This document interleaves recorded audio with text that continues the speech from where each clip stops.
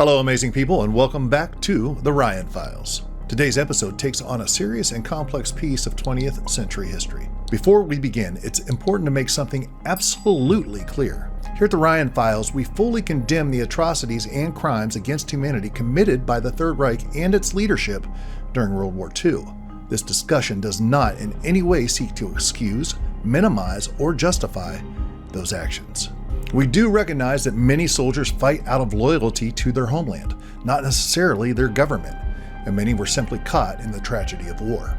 Today's conversation focuses on a specific historical theory. Could Adolf Hitler and others in the leadership of Nazi Germany have escaped Europe at the end of World War II and lived out their lives in Argentina?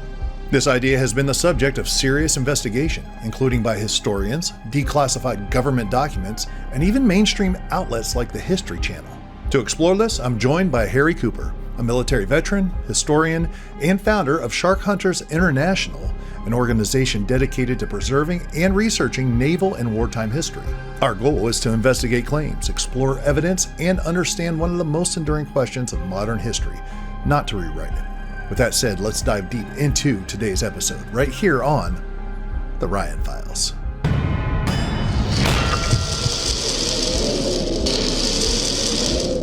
Ladies and gentlemen, thank you so much for joining me this week on The Ryan Files. Very excited about this week. Looking to get a hold of someone to talk about this particular subject, and I think we found the best candidate out there. Harry Cooper, ladies and gentlemen, he's a founder and president of Sharkhunters International. It's an organization established in 1983, focuses on the history of German U-boats and World War II. He's a military veteran, a former race car driver. He's authored several books, including Hitler in Argentina. Thank you so much for joining us this week on the Ryan Files. How you doing, buddy? My pleasure. I'm doing great. Beautiful down here in sunny Florida. How could you not do great? Absolutely. Absolutely. So, Harry, we've got a whole mess of things we want to talk to you today. And the more I got into researching you for this episode, the more fascinated I became. So I'm going to just kind of open it up and just say, tell us a little bit about Sharkhunters International and how that all came about, and basically the relationships you've made over the years and what information you've kind of come up with based upon all of that. How many hours do we have here, Ryan? Okay, as you say, I was leading a somewhat normal life. I was in the Air Force 4 years. I wanted to be a fighter pilot. I was the only guy out of 30 to pass the first day. And on the 2-day test, I scored perfect scores on everything. I was in heaven there. I was going to be a fighter pilot. And then they said, too bad, we've closed Air Cadets because they had so many pilots left over from World War II and Korea. They just closed Air Cadets. And everywhere you looked, there were full bird colonels with wings. So they gave me 6 months intensive training in spec weps and primarily nuclear and thermonuclear weapons. And I was in command of a 6-man team loading hydrogen bombs onto heavy bombers. Okay, my 4 years got up. I got out. I wasn't a fighter pilot. So and then I went to school, got my degree, went into the workforce. I was an upcoming young executive. And I also drove short track stock cars around Chicago where I lived. And then I graduated to the super speedways. Used to spend Sunday afternoons at 180 miles an hour chasing around A.J. Foyt, Bobby Unser, Al Unser, Gordy John Cox. It was awesome. There's nothing in the world like sitting on somebody's bumper at 180 miles an hour going down the track. So you were a NASCAR guy? No, USAC. Okay. NASCAR. I'm an old guy. NASCAR was just in its infancy.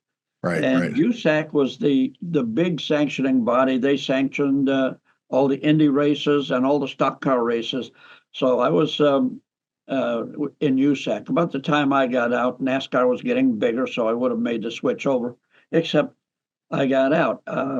Okay. Everything went upside down. I was in the Texas 500, 1976. It tells you a while ago. And I was in the lead pack blew the engine in my race car. I was on my way home to Chicago, blew the engine in my truck. I was a really good race car driver, not a good engine builder, apparently. Got back to my office where I was an executive with a big company, found out my boss had quit, and a guy that I couldn't get along with for years was now my boss. So I said, to hell with that. I sold everything I owned, bought a 30-foot sailing yacht, put an ad in Cruising World magazine for female crew companion to sail to the islands. I got over 200 replies. So I wrote back to each one with a picture of me, picture of the boat, outline of the tour. And I said, there's two things that are absolutely certain. If you do drugs, don't bother answering this letter.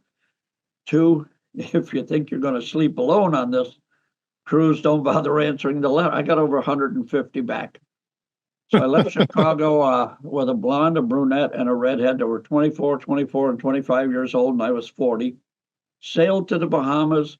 It was wonderful. It just no pressure, no schedule. And people say, how can you afford to do that? Well, house payment, mortgage, zero. Car payment, zero. Electric bill, zero. All you had to pay for was some of your food and water. Wind is free. And one by one, the girls went home, replaced, etc. And one day after 8 years, I looked in my pocket. I had one picture of Abe Lincoln, a $5 bill. That's all I had left to my name. So I sailed back to Key Largo, put my boat in a marina, and here I am, former vice president of a company, out there on Highway 1, hitchhiking back to Chicago, mooched a room for my sister. But while I was there, this is what tripped the trigger. We found an island. Most islands in the Bahamas are long and skinny. And on one side, you can walk for miles and not get your armpits wet. But on the other side, one step and you're in Mother Ocean. But this island, Darby Island, which is in the lower Exumas, was round, 3-mile diameter. And there was the ruins of a mansion on the hilltop. So I chased down the old island caretaker, and I asked what was the story behind that. And he says, "Oh man, don't you know? In the war, we used to give fresh water and food to German U-boats." Well, my first thought was those damn Nazis. I was a kid during the war years, and I heard all the propaganda. Nazis were horrible people. All Germans were Nazis, vicious, evil people. They pray to Hitler, not to God. And I lived through it. I was born one day after the Germans marched into Poland. Wow. So anyhow, okay, I put it in the back of my mind because I had 3 more important things to worry about: Karen, Lynette, and Debbie. And like I say, I came back to Chicago, went back to work, and I started researching. And I found out that this was all propaganda. It was not true. In World War I, for instance, it was reported that German U-boaters would rape young women to death and fire their lifeless bodies out of the torpedo tubes. Made nice press, made nice propaganda, but nobody bothered to ask, where do you find young women out in the middle of the ocean? Yeah. In any war, you have to vilify the enemy. You can't tell your soldiers that the guy on the other side of the battlefield loves his country like you love yours, has a wife and kids he wants to get home to, goes to the same church you go to, now go kill him. You'd have a hard time getting somebody to go shoot somebody. Or raise money. Yeah, you can't have a war if you can't shoot somebody. So, and then I realized the German U-boaters were incredibly honorable, and they had the worst attrition rate of any military ever in history. As a comparison, on the American side, the American submariners had the worst attrition rate in the U.S. in World War II. 1 man out of 7 was killed. That's terrible. You can't sustain a force with 1 man out of 7 being killed. But on the German side, it was the opposite. 1 man out of 7 came home. 7 guys went out to sea.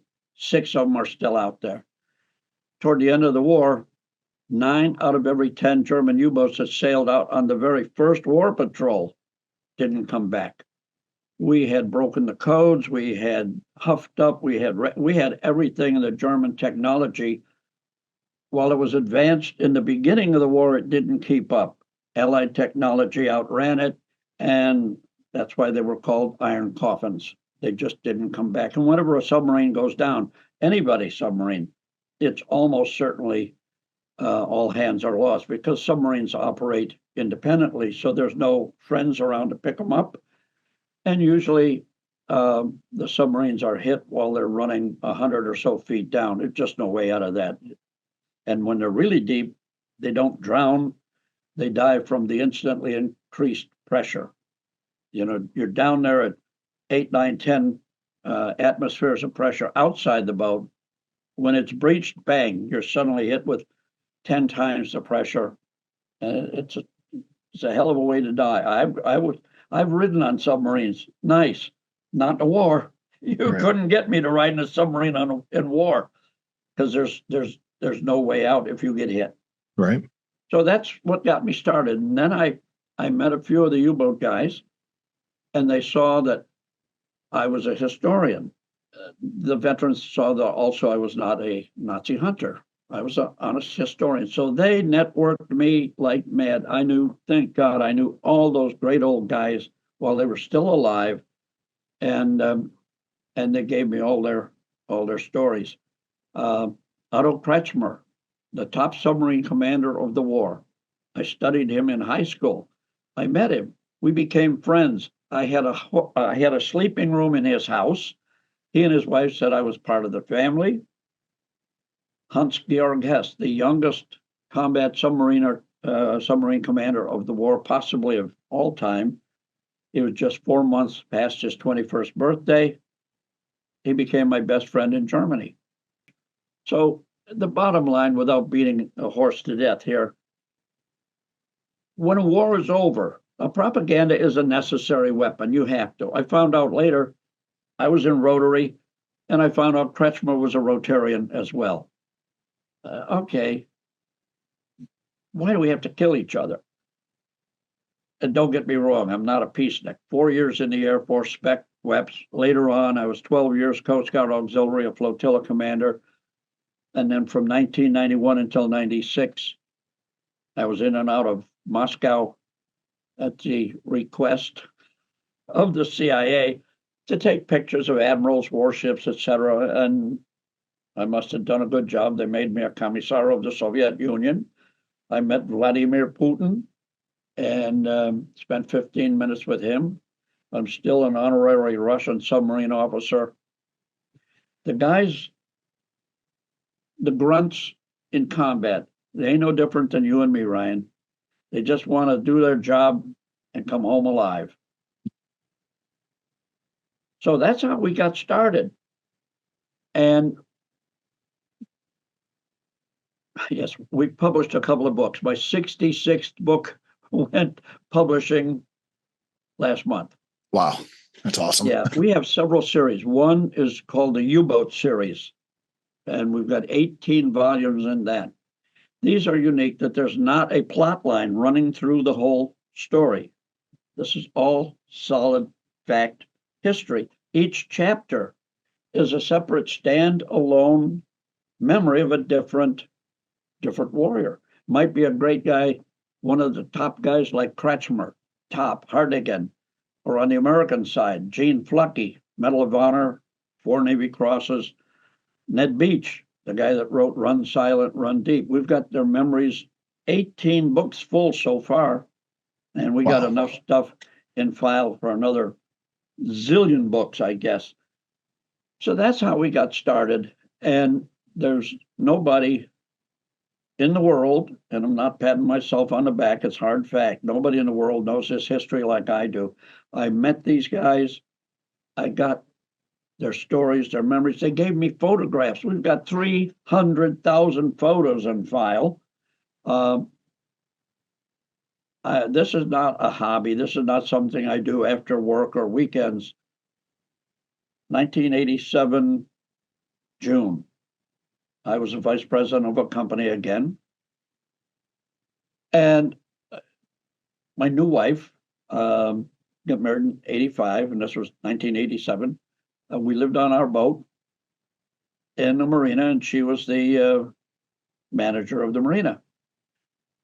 So this one Friday, I think it was the 31st of July, I came home from work at 11 in the morning. Came into her office. She said, "What are you doing home from work so early?" I said, "I just quit my job. We're moving to Florida, and we're going to do Sharkhunters full time." She said, "Are you nuts? Have you forgotten I'm pregnant? Where's the insurance? Where's the security?" I said, "I don't know, but this is something that has to be done." So we hauled out of there, had my boat shipped down. My son was born in Lee County. And then we moved up here to Citrus County for 35 years ago and never looked back. We've had so many great people. Joe Enright, Captain Joe Enright, the guy who was commander of Archer Fish. They sank the Shinano, biggest ship ever sunk by a submarine, a 60-something thousand ton Japanese aircraft carrier. He was a guest in my house. The chief of intelligence of the Soviet Navy translated Joe Enright's book Shinano into Russian, and it is now required reading for Russian submarine officers. The second time, now the chief of intelligence of the Soviet Navy, Anatoly Smol, has been in my house twice, and the first time he was here, he met with Joe Enright here in my house. Yesterday's enemies. Wow. And the second time Anatoly was here, he brought General Barabolya, who was also a good friend of mine later on, the only general in the Russian Navy. And that's a long story. But to sum it up, because I know I'm getting gabby, to sum it up, when I was there the first time, we had a round table. Russians love round table discussions. I was standing, and there were about 12, 14 Russian admirals around the table. I was standing, and Anatoly was standing. He was my translator. I didn't know at the time he was very high up in the GRU, which is the military version of KGB. So each admiral asked me a question about submarine history. But all the time, right across the table from me, there's this old silver hair admiral, and he's looking at me like that, and it got his turn to ask a question. So instead of asking a submarine history question, he asked, "Why are you here?" I pointed right at him. I said, "I'm told you're my enemy." He got all stiff. I said, "But you're told I'm the enemy." "Yeah." I said, "I don't see an enemy. I see a man like myself who wants his family to grow up in peace and prosperity and not have to worry about getting shot." "Oh, okay. Yeah," he agreed. I said, "So let's drink Pepsi, a great American invention." "No, vodka, a great Russian invention." I said, "See, we're together already." And like somebody flipped a switch, Ryan, they were all on their feet, ripping their medals off their uniforms, pinning them on my jacket. I never got used to that kiss on the cheek routine, but they ain't no different than you and me. Sure. There's no such thing as a good war. Like I say, I'm a military guy. I'm an old fart, pushing 86 years old. I'd go back if I had to. But let's hope we don't have to. Amen. Get killed for it's stupid. Amen. And I lost my son when he was 20 years old, and there's no crushing pain like it in the world. Oh. And he was not even in the military, but still. Statistics. Stalin said, when one man dies, it's a tragedy. When 1 million men are killed, it's a statistic. So we have, okay, you 110, we'll say, went down with all but 5 or 6 men. So 50 men rowed the boat down. 50 men are dead. 50 men is a statistic. 50 mothers and fathers are destroyed. 50 empty seats at the Christmas table. 50 sweethearts and girlfriends are shattered. And for what? We see wars going on right now. Nobody knows why. But there's always going to be a war. There's no way around it. Okay, I'll get off preaching. I guess maybe I wasn't expecting it to go as deep as it does, but man, you have been in it to win it. You've been in it deep. And Ronald Reagan was a member. I'm sure though, probably along the way, you've probably, you know how it is. I mean, fraternizing with the enemy, I guess is what they call it. Well, we're not here to judge any of that. We're here to hear your story and your research. It's fascinating. Over the years, it started, I guess, on that round 3 Mile Island diameter down the Bahamas where they used to. Harvey Island. Yeah. But man, this has led to a lot of research. And through that research, you've got it kind of from the horse's mouth. Some of these ex-U-boat, crew, captains, everything. Yep. And it tells a whole different story to how World War II ended. Am I right? Yeah, absolutely. As I say, the propaganda, Captain Hardagan, the guy who sank the first ship in American waters, commander of U-123, he told me, he said, Harry, our duty was to sink ships, not to kill men. And the story of U-boaters machine gunning helpless men in the water was great propaganda, but it was false. It never happened. One of our members, Captain Peter Chelimedos, who was a merchant skipper, got sunk by a German U-boat in the North Atlantic, and they were bobbing around in their lifeboats, and the U-boat surfaced right next to them, and the skipper yelled down to Captain Chelimedos and asked if anybody needed medical help. No, they didn't. So, and then the skipper gave Chelimedos a compass and told him what direction to steer to get to the closest land. And then he said, I'd like to give you some fresh water, but our desalinator's down, so will you take a case of beer instead? And these guys, Lieutenant Hal McCormick was a gunnery officer on the Liberty ship William S. Gaston, got sunk by Jürgen Oesten, U-861. McCormick tracked him down 10 years after the war. They got to be best buddies. They were at one of my conventions in Chicago, on Chicago TV, side by side. Yesterday's enemies are today's friends. That's what we say. Yeah. We live in this world, and I believe this is the truth, that most people just don't realize, but we live in this world that is very controlled by, especially here in America, and I'm sure in other countries as well. There's a narrative that we need our people to believe in order for it to just in order for us to do what we want to do, make the money we want to make, the people in power and influence, we need this war. Wars make a lot of money. There's no doubt about that. And so, you just can't have people out there fighting it and talking any kind of sense. We need them to believe that we have this existential threat out there who, like you said, will shoot people in the water, who their ship is sunk, but they'll pull out the machine gun and shoot them, just like, all this stuff. And it's fascinating. I've seen it myself in a number of things. We won't get into that exactly, but so I'm down with the understanding that yesterday's enemies can be friends. I think that probably through that process, though, Harry, they kind of understood, I was drinking the Kool-Aid a little bit. You know what I mean? Yeah.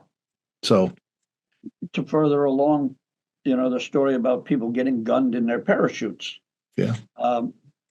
Several German squadron commanders flat out told their men, if you gun a pilot in his parachute, I'll personally shoot you when you get back on the ground.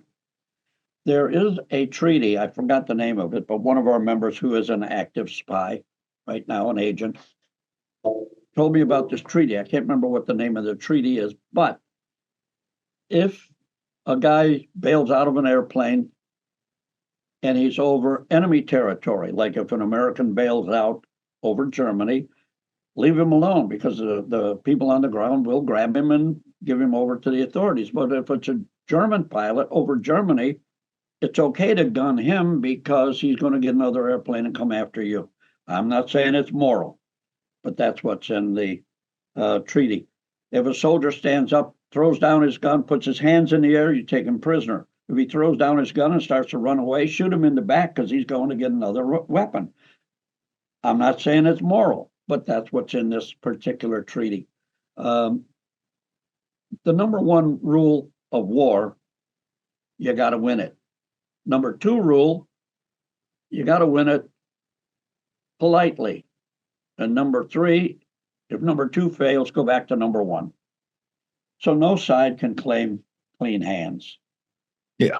Well, war is war. And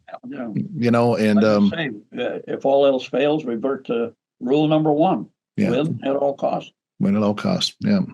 And the sad thing, when the war ends, Germany, like every other country that's defeated, the men were either just shot, after the war was over, after the surrender, especially the Soviets, if they'd see a German man, they'd just shoot him. Yeah. German women were raped, suicide by the hundreds of thousands. I've been in cemeteries where grave after grave after grave of the women was all within a day or two of each other within a week after the end of the war. Yeah. And, that's what happens in all wars. The losers have no defense whatsoever. The winners to the victors belong to spoils. That means we can steal everything that ain't nailed down because you can't do a thing to stop us. Right. And I mean, and to be fair, I believe it was 50 million Russians were killed in World War II, estimated 50 million, I think it was. Yes. And, and they were, they were like, you guys came after us. And now that you're, we're going to get our pound of flesh, so to speak. And, right or wrong, that's what happened. But it was a lot more Russians than it was Americans and certainly Germans that died. Yeah, because the Russians had almost an infinite number of men. Yeah. They'd send people, some of them didn't even have weapons. They were supposed to pick up a weapon from a dead soldier, and they had the commissars behind them with the pistols, making sure they kept going forward and not backward. The Germans were shooting them because that's what war is all about. The Russians were pushed on toward the end after the war was over. And it was not the Russians primarily who came into Eastern Germany. It was the Russian Mongolians, etc. And they had a guy, Ilya Ehrenberg was his name. He was a Russian journalist or whatever. And he was on the radio all day long exhorting the Soviet troops, if you haven't killed a German today, and this was a week or two after the end of the war, if you haven't killed a German today, you haven't done your duty for Mother Russia, and you must rape all the women you can and break their spirit. And for 3 days, the Soviet commanders were losing control of their own troops until finally Stalin told Ehrenberg to shut the hell up, because otherwise you just have mass chaos. Pretty amazing what the media can do, huh? Oh, tell me about it. I watched the news. I wonder what kind of brain dead jerks believed all that. But my wife's cousins do. Yeah. We won't get into politics here, but yeah. So we are told in America that the end of World War II in Europe kind of came about when we found Hitler and Eva dead and burnt, covered in gasoline, burnt, bullet hole in the head. Not necessarily could identify the body, I guess, from what I understand. But anyways, that's what we find. That leads to the surrender of Germany. And then, we can take and turn our focus to the Pacific Front. But anyways, the Pacific Theater. So that's the end of World War II in Europe, how we're told. But you're saying that is not exactly what happened. No, absolutely not. Incidentally, to jump on a phrase you said, Germany surrendered. No, Germany never surrendered. The German military surrendered. The government never surrendered. By the same token, The Confederate States of America never surrendered. Lee surrendered the armies, but that's past history. Interesting. This is our first book, the documented truth, not the theory, not our guess, hard fact. There was a German agent, Spanish guy working for the Germans, that gave me all the stuff that went into this book. And people say, "Oh, he was going to die fighting at the head of his troops." No, well, the story is he died cowering in a basement. Is that what you want to hear? And then others will say, "They've got the body." And I ask them, "Who's got the body?" "Oh, the Russians, the Russians. It's in the Red Army Museum." And then I have to break their heart and say, "Dobry din, tovarich, nie Hitler, ja was paciuny Ruski podvodnik." What? And I tell them I'm an honorary Russian officer, submarine officer. I was a commissar of the Soviet Union. I've been all through the Red Army Museum. Hitler ain't there. And if Stalin would have had Hitler, even if he was charred like a New Year's Eve marshmallow, his body would be on display behind glass at the Kremlin, and he ain't there. Right. And there's three witnesses who actually weren't witnesses: Temke, Linga, and Guncha. They all told different stories. Nobody saw the suicide, and each one said they ran into Hitler's private quarters. Two of them said Hitler had shot himself. He was sitting next to Eva Hitler by that time, on the sofa. He had shot himself in the right temple. And Eva's dress was wet because Hitler apparently knocked over a flower vase. The third guy said Hitler was sitting in a chair across the room and Eva was laying on the sofa. That's a hell of a mistake to make. Right. And we've all seen that picture with Hitler with the bullet hole in his head, in the forehead. Well, that ain't the right temple. So I showed the picture to a fella I know, is 38 years forensic homicide detective with the Tampa Police Department. I said, "There's no powder burns. How far away did that gun have to be for a guy to shoot himself in the forehead?" And he said, "That's an exit wound. This guy's been shot in the back of the head."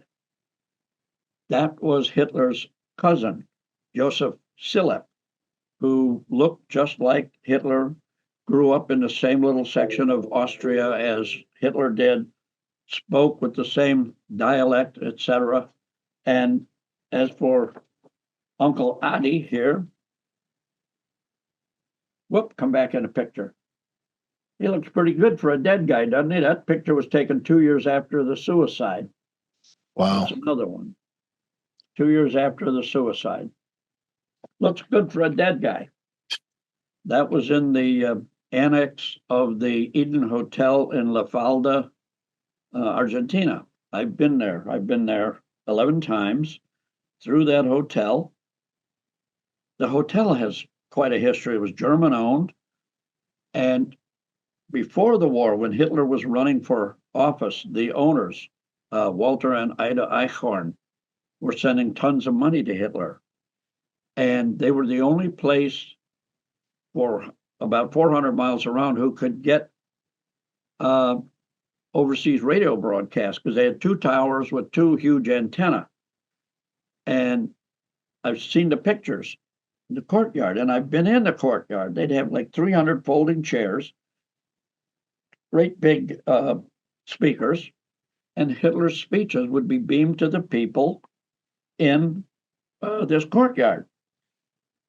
And here's a connection I never expected until a few months ago. I dug it out. Who decided to blow up those towers? Because they were Nazi. Che Guevara. Yeah, Che Guevara, as you know, was an Argentine. Later on, he became a doctor, I believe. But when he was a teenager, he and his family were in that area, and he heard that they were broadcasting to the Nazis. So he tried to blow up those towers, but he never got close, and the police arrested him. It's a network. It's a network of stories. So the place would go on the front cover again. And this book's available through Sharkhunters. That manor house there, that was where Hitler and Eva lived for 10 years after the war. I took this photo. I've been there. When the last time I was there, I spent the night there because it's been deserted since they moved out in 1955.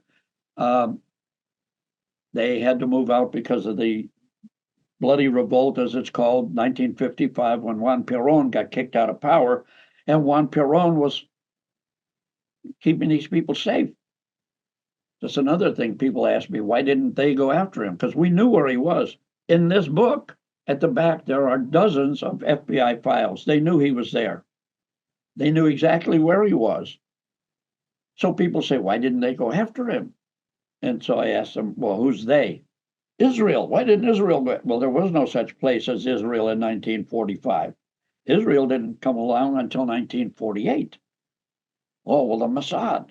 No, if you got no Israel, you got no Mossad. Oh, then the light comes on. How about the U.S.? And this is not proven, but based on all my research, I think this is what the scoop was. It's quid pro quo. At the end of the war, we got so much technological help, scientists, engineers, technicians from Germany. And it's my considered opinion that it was hands off. Hitler's going to live quietly, leave him alone. And also because Perón was protecting Hitler and thousands of others. We've got a list you wouldn't believe of all the war criminals that ran down there. And Perón was protecting them all. Perón was getting paid well for it. Because when Bormann got down there, yes, he did not die in a gun battle on the 30th of April in Berlin. But that's another whole story. He got down there with a monster big amount of money, billions. And so he was paying Juan Perón for everybody's protection. He was living in the open. First time I was there, 2008, I went into the Plaza Hotel, which in the 40s was the hotel in South America. It's still upscale to the max. So I went up to the manager, Senora Rodriguez. I'll never forget her. Nice lady. I don't do Mike Wallace ambush interviews. I told her who I was and what I was looking for, and I said, my research indicates that Martin Bormann lived here for 2 years after the war. She never batted an eye. She said, yeah, in room 740, the presidential suite. I said, you knew this? She said, everybody knew he lived here. Oh, okay. Wow. So a lot of history we're told is fiction. Okay. So let's recap here. I've thrown a lot at you. Let's just recap. Hold on a second, Harry. So what we've been told all of our lives, obviously, I said it before, and you corrected me. That's very interesting. The military surrendered. German government did not surrender, but Adolf Hitler was allegedly killed himself or whatever. Right. And the European theater is done. Germany loses, and then all the aftermath of that. But you're saying that there was a coordinated plan. There had to have been a coordinated effort to get Hitler out, to get a number of, high-powered, high-level people in the government out, right. Possibly scientists or whatnot. But part of the agreement was, hey, you get us out, don't mess with us in Argentina, and you're going to get a bountiful amount of technology and scientists and whatnot through a thing we'll call Operation Paperclip afterwards. Is that kind of the thing that happened? Like they saw the end coming and just brokered a deal? Yeah, that's kind of the Reader's Digest version. But and what we report in another one of our books, in middle 1943, everybody knew Germany was done. The tide had turned. And Germany wasn't keeping. We could see me as a 4-year-old kid at the time knew that Germany was done. So there was a big meeting in middle 1943 at the Hotel Maison Rouge, in, I think it's Brussels, I can't remember. The leading industrialists in Germany also met to find out or to figure a way to get themselves out, the industrialists, to get themselves out, their families, their fortunes, and as much of their industry as they could. And the hierarchy was trying to find a way to get Hitler out. Middle 1943, because it was obvious, we're going to fight to the last man means we're going to fight to the last sergeant while the rest of us get out of town. Right. And as for the quid pro quo, my career field was nuclear weapons. And we had 6 months intensive training. And the second or third week, I think it was, we got to see films of the American atomic energy program. We weren't doing very well. The Japanese test fired their first weapon 1 week before we test fired our first weapon. Oh. But the Japanese ran out of fissionable material, and we had very little left. The problem we were having was the triggers. To set off a nuclear explosion, you have a ball of enriched uranium about the size of a grapefruit, and you're surrounded with 64 shaped charges made of comp B and barytol, which we don't need to go into. But all 64 have to go off at the exact same zillionth of a second to crush in and give you a critical mass. If one goes off a zillionth of a second too early or too late, you got junk flying around and nothing. And our scientists were having trouble figuring this out. Well, the war ended, and a big German cargo submarine, U-234, was in the North Atlantic. They got the surrender order. They could surrender to the Soviets, to the Brits, to the Canadians, or to the Americans. They figured, well, we'll get a better deal in America. So they came to Portsmouth, and on board was a lot of stuff headed for Tokyo. One of the people on board was Dr. Heinz Schlicke, one of the world's top scientists in infrared triggers. And he went right out to Alamogordo, and all of a sudden, our weapons were working. He later became a member of Sharkhunters. He moved to Milwaukee after it was done. On board that submarine, they had 2 Japanese scientists, but they committed suicide because they could not surrender. Germany surrendered, but not Japan. So they committed suicide, not with the harakiri, but by taking phenobarbital and dying painfully. They had a Navy judge who was going to try all the traitors that Japan grabbed. They had a Luftwaffe lieutenant general with his staff. They were going to start another Luftwaffe group in Tokyo. And they had 560 kilos of uranium on board. Wow. What happened to that uranium? You can't even get it with a FOIA request because, to the best of my knowledge, there was no paperwork. So you can't get paperwork with a FOIA request if there was no paperwork. We feel, and I think it's reasonably certain to believe, that was what we used on Hiroshima. We have a copy of the cargo manifest from that submarine, but it only covers about 30% of what was actually on the submarine. Where's the rest of it? There's no listing of it. There was an ME-262 jet fighter on board in crates with all the technological data for the Japanese to build these fighters. It was bound for Tokyo. Germany was on its last breath, and they were hoping that Japan could come with the last gasp and dig Germany out. Didn't work. So are you is it kind of the thought that most of these people, industrialists, people in the government out of Germany, military, all that they escaped via U-boat? Obviously, probably just escaping on a regular boat or across land would be probably more difficult, I'd guess. But if you're talking about, like you said, you talk about the German U-boat navy, where what was it, 1 in 9 survived.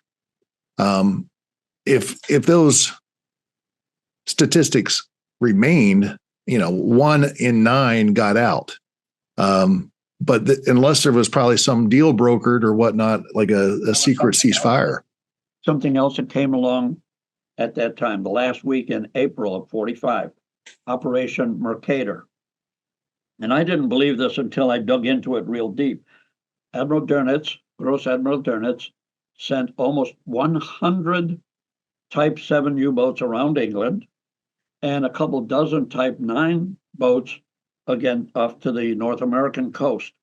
And I didn't think there were that many left, but I researched it, and a lot of the skippers were members of Sharkhunters, and they confirmed that's what they did. So what happens when you pull all your submarines to the west coast of the ocean or the east coast of the ocean? You got no submarines in the middle of the ocean, so you have no necessity to have anti-submarine ships or any ships or air in the middle of the ocean. So right down to 30th, what do you call that, a meridian? Yeah. There was nothing. There was a 400 mile wide gap where nothing was out there and everything was coming down.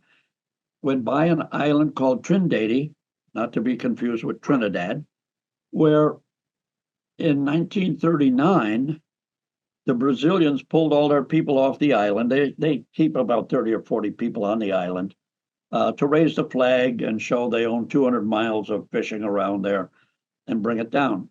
The Brazilian Navy was so super. They took me to that island. They put me up nicely out there and left me there for a week to take pictures and everything. And all the time, they had this one young guy walking along with me. I could go anywhere I want, and everything is up and downhill, and it's all pebbles and rock.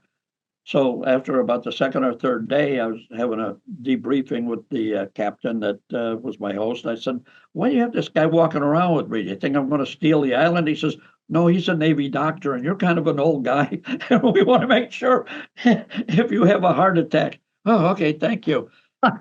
We found the remains of a radio shack and a radio tower the Germans built there in 39.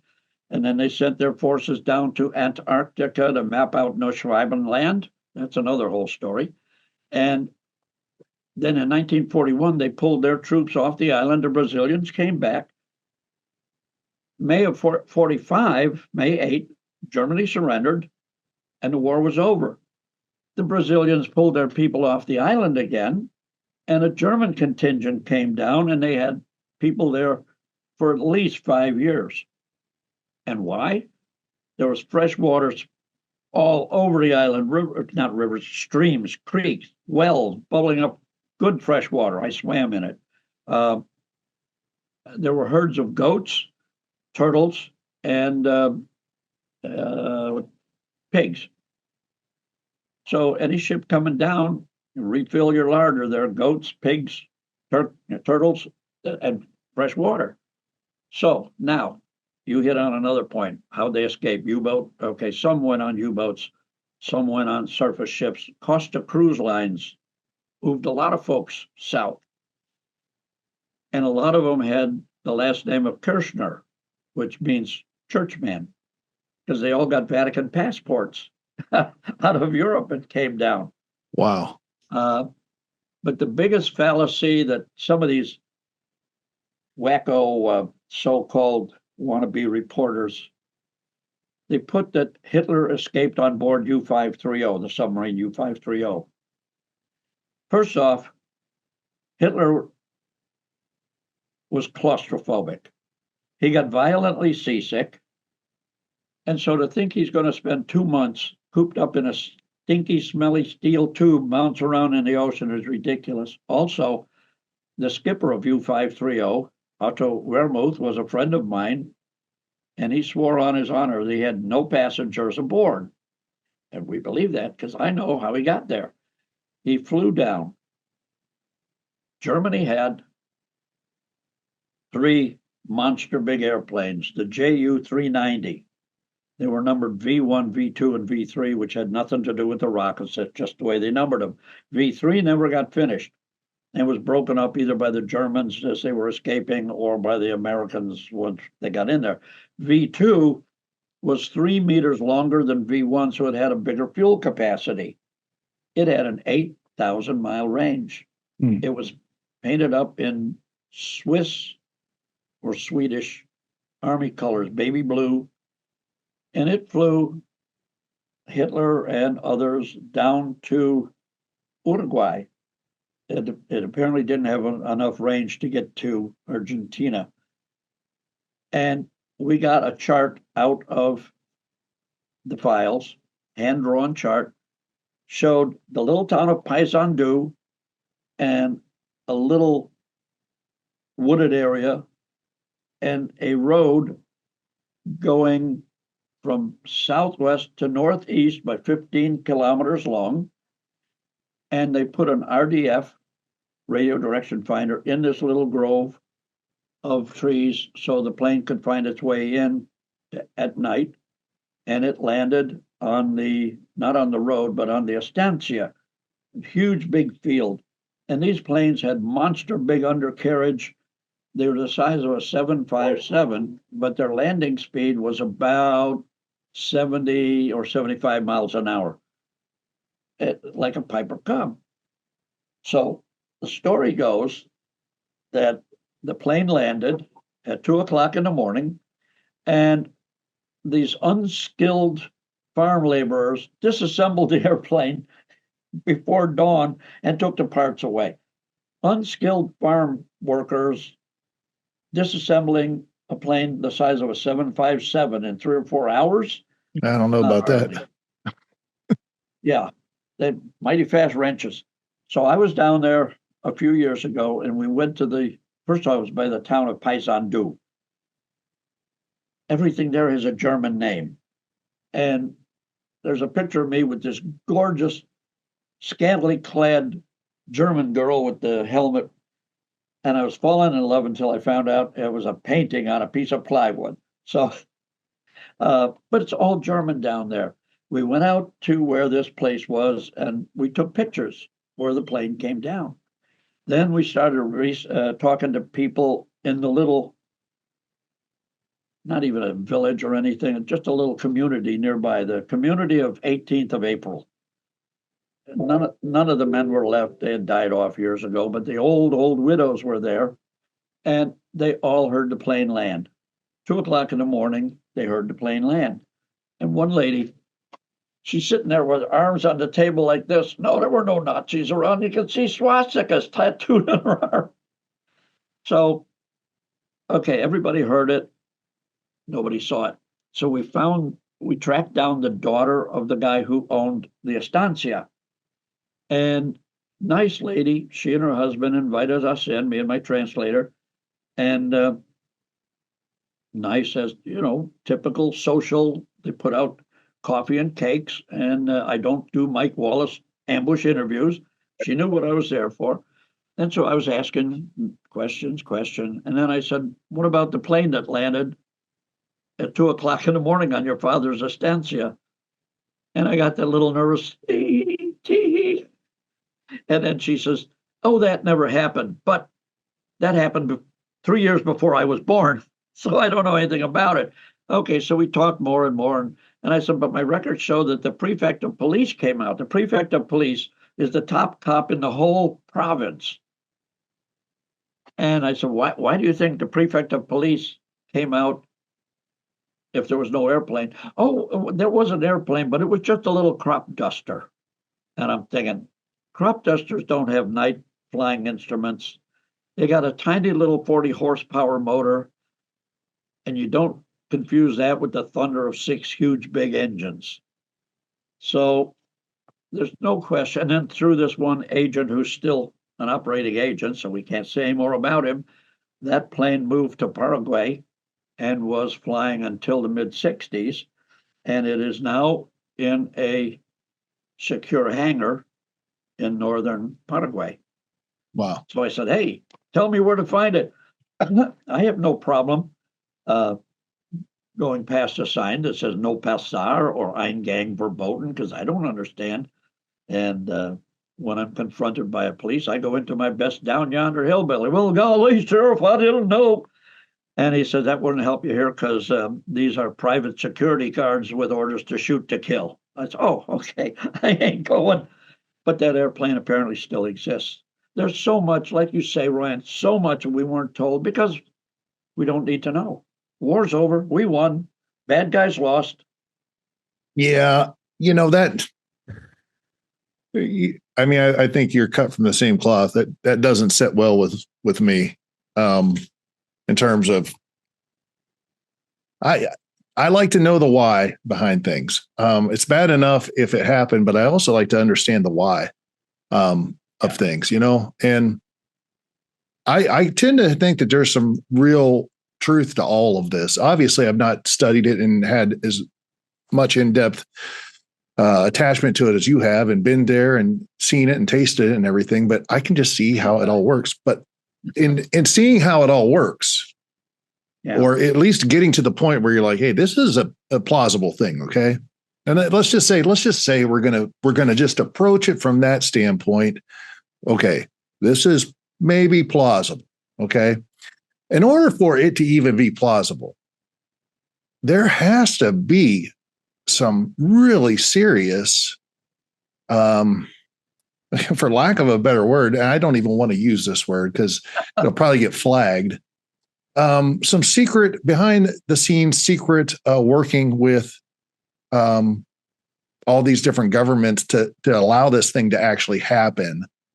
The United States, the world thinks we're at war still, even though if it's 1950 or 43 and it's getting, the end is, the writing's on the wall. All right. But this is the time where this stuff is being planned out, figured out, and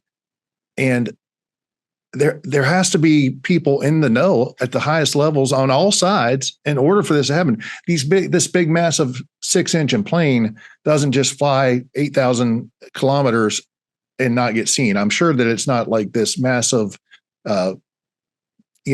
plane that is super maneuverable and it has stealth. Big lumbering giant in the sky. Yeah. Yeah, obviously going to be seen on radar and everything. Even if it's coming from Europe, it's going to be seen somewhere, somehow. Right. Yep. So, I mean, there had to be people in the know to make this happen. And whenever you start realizing that, Harry, I mean, then you can't get the toothpaste back in the tube. That's a good way to put it. Peeling an onion, you take off one layer and you got another and another and another. And they're all interconnected. Okay, so whatever it is, and I don't know that we'll ever know the exact way it happened or went down, but I think we can see the evidence of the result of it. What happened to some of these high-ranking Nazis or part of the German government, the soldiers, the bureaucrats, everything that escaped, and the money and everything else? I mean, did they just end up in Argentina, South America, somewhere, Antarctica, and just continue on and kind of protected by Perón, or how did it play out? Is that as simple as that? You mentioned Antarctica. That's a common theory, but nobody's been able to prove anything. However, one of my associates lived in Monte Carlo, actually, and she was a professional photojournalist, and she was close with the royal family. So this was about 8 years ago. 6 years ago, she posed the question to Prince Albert about putting together an expedition to Antarctica. I've had a lot of expeditions to South America. $5,000 will get it done for a couple of weeks. Not so in Antarctica. $500,000. So I flew down to France. They picked me up with a chopper, brought me and landed me right in downtown Monte Carlo. I brought my tuxedo so I could be in the Grand Casino like James Bond. And so we met with all sorts of top officials. Everything was fine. We were supposed to get, the prince was going to let us use his yacht, which is the size of a cruiser, and we had financing. We had everything set. Okay, I went to Poland to talk to Igor Witkowski about the Nazi bell. And then I came home. The secret police busted her, beat her up, killed her little dog, and she was running ever since. So apparently you're not supposed to go to Antarctica. The idea of a secret Nazi hideout under the ice where the submarines come in through. No. Hitler lived out his days in South America, not Antarctica. A lot of it's in this book, Hitler in Argentina. And incidentally, all our books are guaranteed. If the reader doesn't like it, send it back. You'll get a full refund. Out of 55,000 books, not one book has come back. Well, that's awesome. People love the books because they're hard fact and they're backed up. They're backed up. They're not just theory, not fairy tales. They're hard fact backed up with proof. That's awesome. I stand by everything I write. That's awesome. You talked about, and I'm not sure exactly what you meant when you talked about Poland, the bell. Are you talking about what I think you're talking about there? Iglacha. Yeah. Yeah. Yeah. So, I mean, there's some, in addition to Operation Paperclip, there is technology possibly that goes into this whole agreement. And man, there's some crazy stuff that the Germans knew and had their hands on. And even it gets into, from what I've done and research about, I mean, you even start getting into some, occult stuff and whatnot behind some of this. What's your thoughts on all that? Well, on the so-called Nazi bell, Die Glocke, we have a lot that we've learned, but also we've got from Igor Witkowski, which he's been a member of Sharkhunters for a couple of decades. The bell, Die Glocke is the German word for the bell. It's about 8 feet high, I think, shaped like a great big bell. And inside there are two contra-rotating cylinders at awesome speeds, like 15,000 RPMs, contra-rotating. And they had some a colloidal suspension called Xerum 525, Xerum, Xerum 525. And this thing allegedly was meant to bend time, like in the Philadelphia experiment. And the Soviets had it for a while, and somehow we got it back here, and it came down in a controlled crash, descent, whatever you want to call it, in Kecksburg, Pennsylvania, and became known as the Kecksburg egg. We know that's true, and we know it's right because one of our members, Clark McClellan, 35 years a senior engineer with NASA, he gave me all the information I needed for another book called Space, the Final Frontier, Secrets NASA Doesn't Want You to Know. He was one of two guys that NASA sent to Kecksburg to supervising the loading of this Kecksburg egg onto Army trucks. And where is it now? We think it's the same place where Indiana Jones's Ark of the Covenant is, because there is a place like that. Forget the Ark of the Covenant, but 2, 3, 4 basements down at Wright Pat Air Force Base, you've got secret archives there. And according to what Clark wrote in this book, Space, the Final Frontier, he gave us all the information. Yeah. I got to be honest with you, Harry. I'm still back at the very opening of this whenever you put out that ad in the paper. Yeah. For the female crew companion? Yes. That's hilarious. Karen. So yeah, we're talking, advanced subs, propulsion, stealth, early stealth tech, all that stuff. I mean, came out of it. And we kind of know it came out of it because we had this thing that happened in the United States called Operation Paperclip. Yeah. And man, that, listen, that you can say, and there are people that certainly will do that. They'll listen to this episode and they'll be like, well, I don't believe that. I just don't believe that. Yeah. Okay. And there's a lot of people like that, but there are a lot of people waking up to the fact of like, well, maybe just I should listen to this because I've been lied to about some things and maybe I just should check it out. So, but one thing that you can't disparage is the fact that Operation Paperclip was a real thing.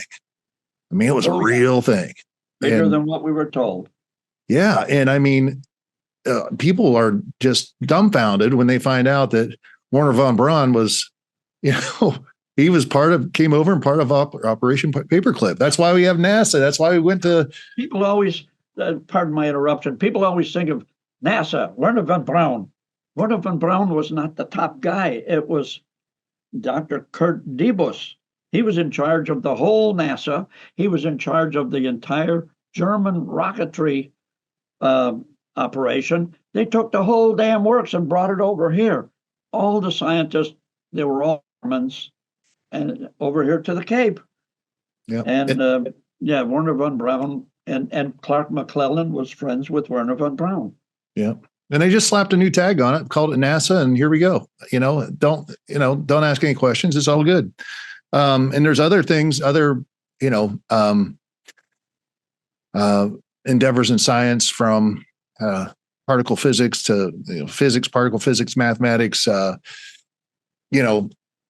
this stuff that these brilliant minds, and there were certainly some brilliant minds that all came over in Paperclip, as well as, listen, and you can call it propaganda. I do believe that there was a certain part of the Nazi regime that was involved in studying the occult, understanding that there's some power there, possibly, that can be weaponized and all that. And some of those guys came over too. Yeah, that's something I know nothing about. You're getting off into another whole world, and that's not my area of expertise. I got it. So at the end of the day, we walk away from this, Harry, and I mean, what is it that you would tell people, just kind of in summing this up, and how does this that happened so long ago impact us today, and why does it matter? There's a lot there. Yeah, I get it. We've amassed so much stuff, Ryan. Like I say, we've got over 300,000 photographs. We have so many files, so many books. I had to buy the house next door just for storage. It looks like something you'd see on Hoarders, except there's no bugs, no rats, no food, just boxes and boxes and stacks of books and files, file cabinets. I look like a mad professor. Well, hey, nothing wrong with that. Nothing wrong with that. And in this day and age, like, everything's getting digitized, and, it can be going like that. It's nice to have those hard copies. I'm old school. I like to have a hard copy. I like to have a book in my hand. I like to have, nothing wrong with that. You can have this book in your hand. All your listeners can get this one or any of the other ones. That's what we got to talk about. Let's get some people over to your site. Number one, tell us about how people can get all of your books. You say 66 coming up here very shortly, right? 66 already. Okay. Tell them about your website, all that stuff, please.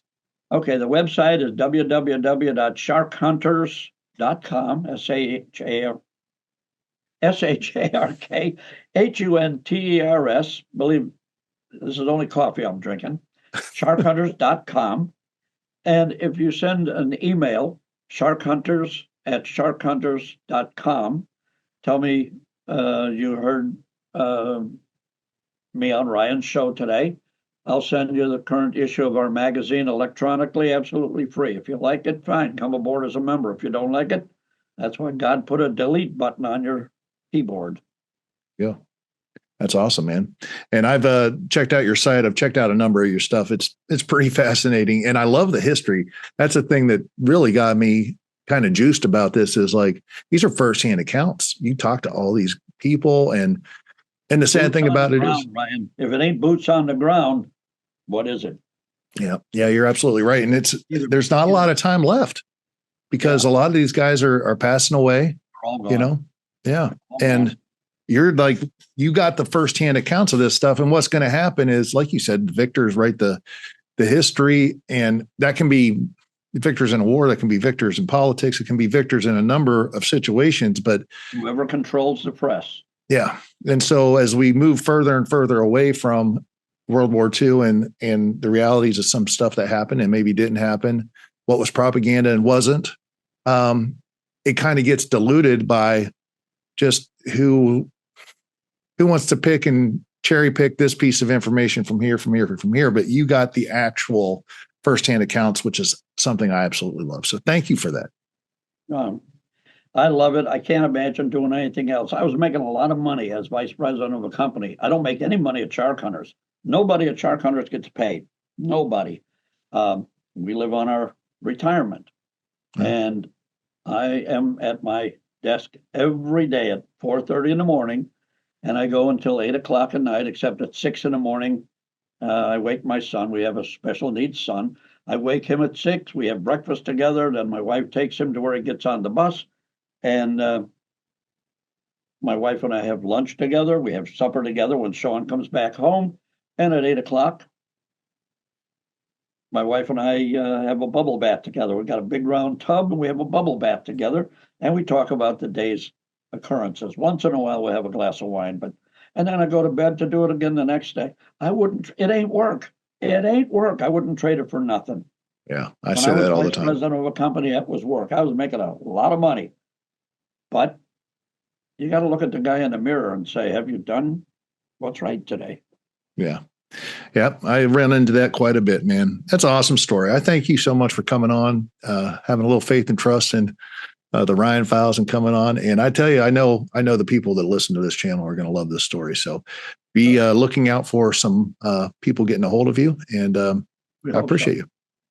All right. My pleasure. My pleasure. Anytime, let me know. I'll be back if you like. Hey, anything new you got coming out or whatnot, shoot me an email anytime. And Harry, and if you want to come back on, promote something, any new information, always love it. So thank you so much. You're getting my hot mails now anyhow, not the magazine, because you're not a member yet. I know. I'm getting the hot mails though. I know. Yeah. And that tells you basically what the headlines of the day are, what we find, what new stuff, where we're going. We're going down to Argentina again in March next year. We were going to go back to Germany this year in September, which we do every year for forever, but a lot of anti-American sentiment in Europe right now. So I don't want to bring a bunch of people over there to have problems. Yeah. But I was just down in Chile last year, Santiago, all the way down to what is Uranus, down at the very southern tip there. But I need to go on a trip with you sometime, since you know all the hot spots, and I'll have to find that out. Yeah. Not to beat up your clock here, but we've all seen the pictures of the so-called Nazi rallies in Madison Square Garden, 1938. Mm-hmm. Same thing in Luna Park in Buenos Aires. A huge big auditorium in Buenos Aires, and they had the same big rallies there. Duh, we didn't know that. I mean, the younger people like you don't know that. I know it because I was around in those days. Also, Walt Disney made a couple of cartoon films, full length. Three Caballeros. I remember we had Donald Duck, Panchito Pistola from Mexico, or a green parrot, and then Jose Karaoke, who was a macaw from South America, showing that, and they're flying around to different South American countries, overview, and showing that North America and South America should be together against those evil Nazis, because Germany was huge in South America. Now, we found the port where they were coming in and going out with big 90-ton sailing vessels. That wooden sailing vessels don't show up on radar, at least not then they didn't. We know where they were coming in, we know what they were bringing, and we know now where there are at least 6 German U-boats still in Argentina, 100 feet down, more or less. We know where they are, and we know what they've done, why they're there. Post-war. And one last thing, because I know you want to get me off the air here. There was Golfo Nuevo, which is a 30-mile wide gulf with about a 6-mile wide entrance, and the deepest part is 300 feet. And the Argentine Navy found, detected 2 U-boats in there. 30 miles wide, 300 feet deep. That's an anti-submarine dream. It's like shooting fish in a barrel, but they couldn't get these guys. And the reason I know it firsthand, I was in the Air Force at that time, and we were getting information back and forth, the U.S. Navy sent down some of their best sub-hunters with some of the most modern equipment and the most devastating depth charges, and they couldn't get them. So inter-service rivalry, we're laughing our ass off because the Navy couldn't get them. And after 3 or 4 days, these submarines just sailed out to sea, got away, and photographs were taken, but they're all locked up. But people have done sketches, and we've got the sketches. They're Type 21 German U-boats in 1960. Fact. I don't say it if it ain't fact, and this is fact. Oh, especially in that bay, like you said, what did you say? Maximum depth 300 feet, and then only a 6 mile wide entrance exit. Yep. So bottleneck. Yeah. And they couldn't get them. Couldn't get them. Go figure. I'm trying to get contact. I'm in Argentina. I've been there 11 times. I'm going back in, like I say, in March next year, trying to get close contact with the director of the Navy down there so that I can maybe see those photographs, take pictures of them photographs. Because it was there. I've talked to people who were on those ships, and I was in the Air Force at the time, and we were laughing because the vaunted U.S. Navy, they can't find submarines in a fishbowl. Yeah, of antiquated technology, allegedly. Wow. Yeah. Well, this has been fascinating. I appreciate you, man. Thank you so much. And get all of our folks out there, 10,000 strong at least, to go check out you over at sharkhunters.com.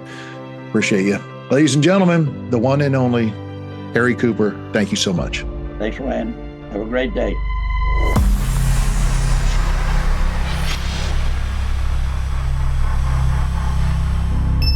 Wow, what a fascinating and challenging conversation with Harry Cooper.